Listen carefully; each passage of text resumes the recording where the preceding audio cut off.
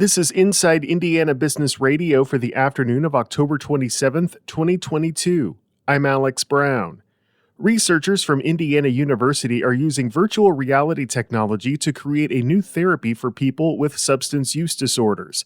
The team has built a virtual environment using future self avatars that people can interact with to help them recover and avoid a relapse. Not everyone experienced gains in future self similarity, but the majority did, and of those, 0 of them relapsed. The IU School of Medicine's Brandon Oberlin says a $5 million grant from the National Institutes of Health will support clinical trials, which are designed to test for efficacy on relapse prevention, brain activation, and other elements related to substance use disorder treatment.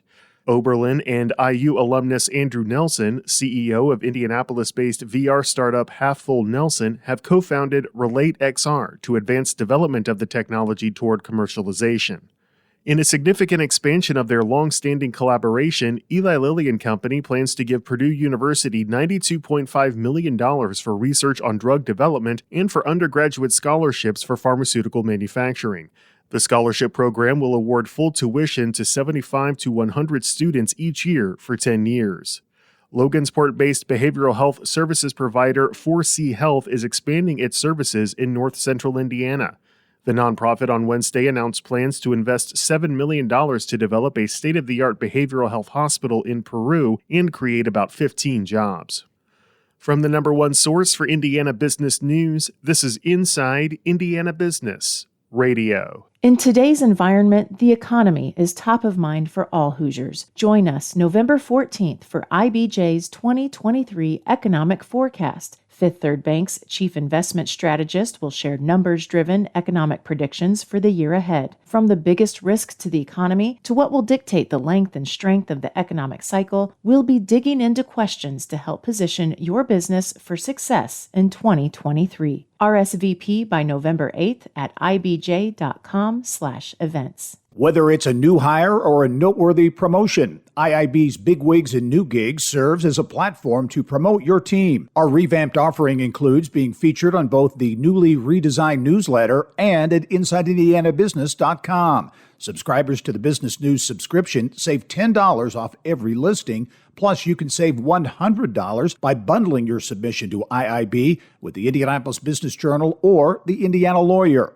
More at InsideIndianaBusiness.com. Legislators will consider a new approach to funding higher education based on school-specific goals rather than blanket recommendations. Here's Wes Mills. The proposed funding model comes from the Commission for Higher Education, which the General Assembly tasked with researching a new formula to cover cost at Indiana's state colleges and universities. Stakeholders criticized the state's legacy model funding formula for not differentiating between 2-year and 4-year schools or research and non-research institutions, nor does the state's current model allow for individualized goals at different schools. That legacy model also uses averages over the last few recent years for various factors, such as on-time degree completion, to calculate the state's fiscal responsibility moving forward. The new formula does not eliminate all aspects of the current process, still allowing for institutions to add to their base funding by making progress toward a set list of goals. The General Assembly drafts the budget in odd-number years, meaning that expenditures must be accounted for in 2-year periods. Wes Mills, Inside Indiana Business Radio. Vincennes University has opened 3 new high-technology labs in the College of Technology Center that the school says will prepare students for careers of the future. VU says it has invested nearly $5 million but also received grants from private employers to create the labs. The school says the cutting-edge laboratories give students access to the latest technologies, including collaborative robots, CNC machining, and 3D printing. Terre Haute is preparing for an increase in tourism with a new convention center and the forthcoming Queen of Terre Haute Casino Resort. In response to the expected influx of visitors, the city is looking to bolster the skills of frontline service workers at restaurants, hotels, and other attractions with the launch of a business concierge hospitality training program. Courtney Chapole is the regional director for the West Central Indiana Small Business Development Center. When tourists are here in town, how do we make sure that they go to the local coffee shop and not Starbucks? How do we make sure they go to the local diner and not Applebee's? Not that we don't want those businesses to get business as well, but we really wanted to focus on helping our local independent businesses know how to benefit from this tourism. Participants in the program will complete an online course and attend an in-person training session that will include role-playing exercises and presentations. Those who complete the program will receive a certificate. Chapole says the program could be expanded to help unemployed workers gain skills to land a job.